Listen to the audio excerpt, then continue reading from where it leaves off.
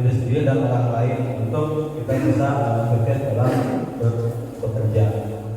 Yang kita harapkan dan dari semua itu kita harus saling menghargai nilai-nilai kebajikan diri sendiri dan orang lain untuk kita bisa sukses dalam bekerja. Nah, ini posisi konstitusi bagaimana kita mendidik seorang siswa yang ada penyimpangan berperilaku di sekolah. Kebanyakan kita sebagai penghukum, gitu. Kita coba posisikan sebagai teman, bagaimana menyadarkan siswa mereka bersalah. Jadi menjelaskan apa kesalahannya.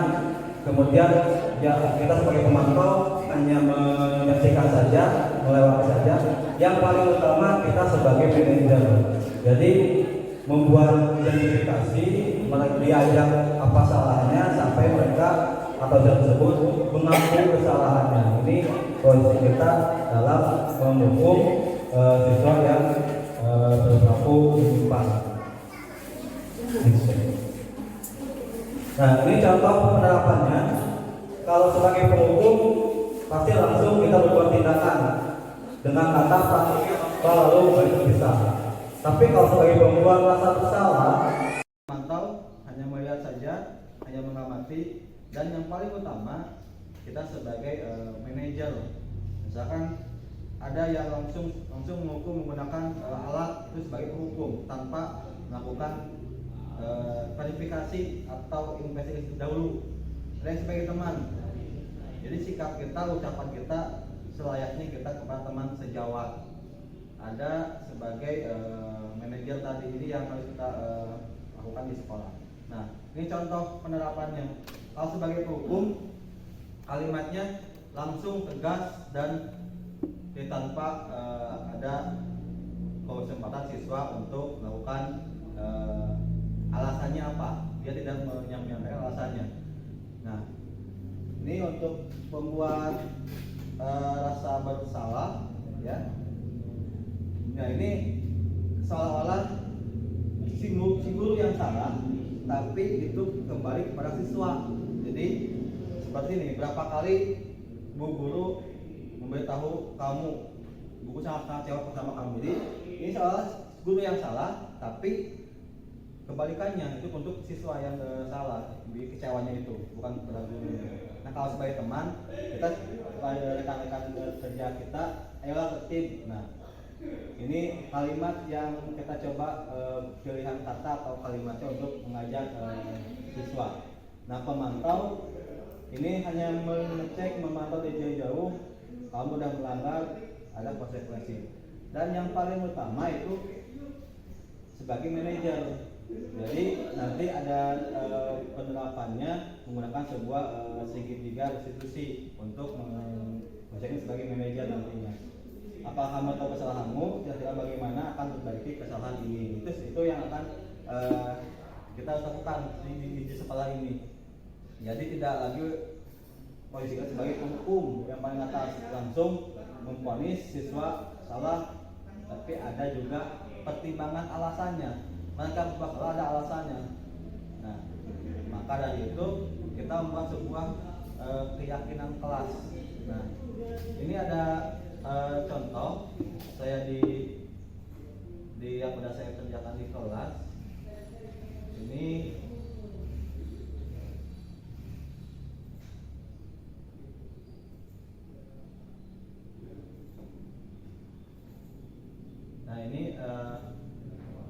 lebih contoh untuk pembuatan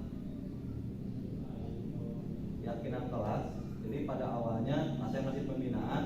Nah, di sini kita membuat sebuah kebijakan atau kebajikan universal di mana siswa apa yang diharapkan di kelas yang tadi saya awal materinya. Mereka pada umumnya saya lihat kita di sebuah tayangan video bahwa keyakinan kelas yang diinginkan seperti apa. Nah, itu contoh yang pertama, tidak ada bullying. Ini awal mula sebuah kekerasan fisik yang banyak terjadi sekarang. Ini contohnya. Kita lihat sama-sama.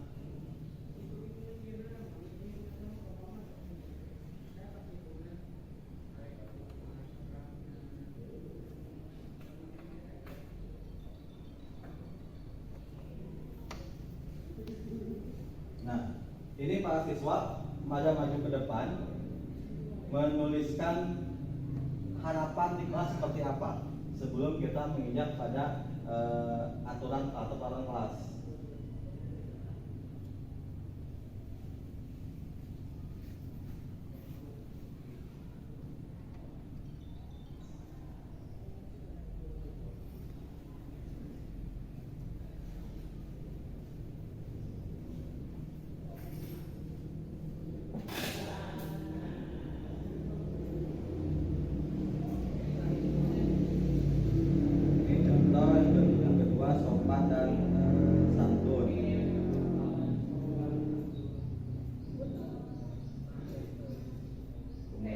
Kompak selalu,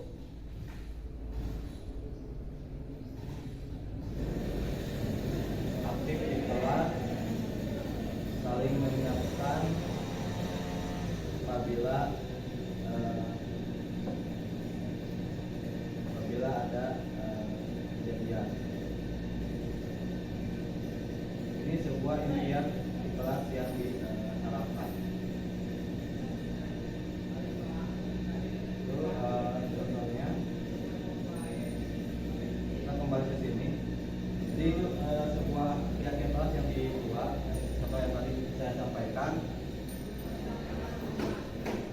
Jadi keyakinan tersebut bersifat abstrak, dibuat dalam bentuk positif. Sedikit saja ada 2-3 kata yang boleh diingat. Itu sebuah keyakinan diri masing-masing. Nah, ini yang tadi seorang manajer posisi kita.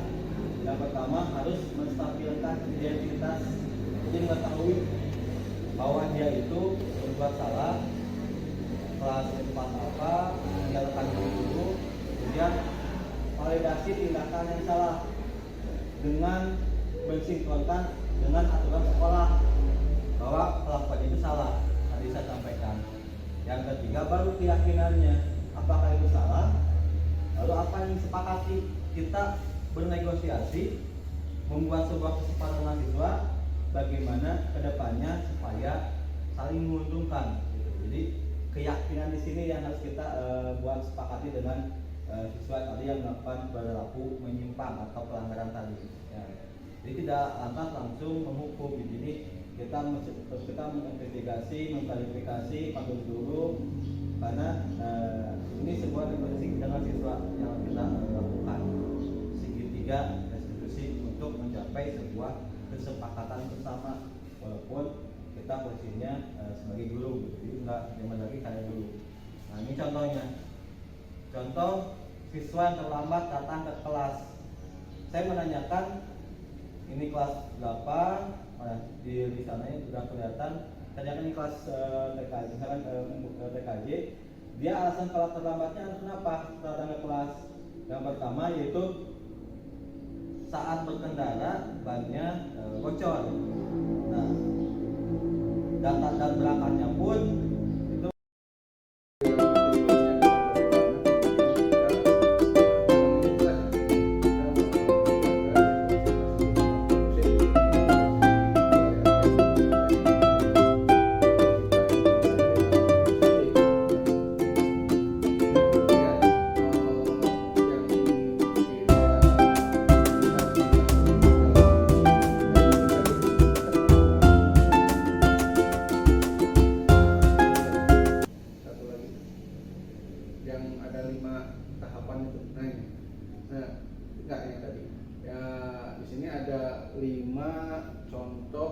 penerapan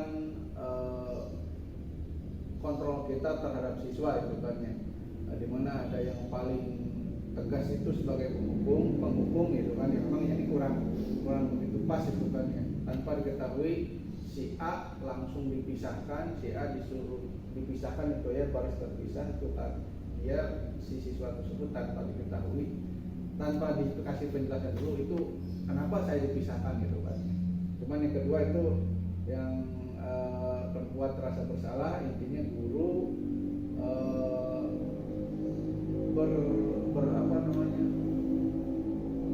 berakting seolah-olah Guru ya. seolah-olah guru itu kecewa, nanti kekecewaan itu kemudian respon dari siswanya, oh iya si bapak kecewa berarti saya salah, nah itu kan yang membuat rasa bersalah itu mungkin di dalam benak saya seperti itu.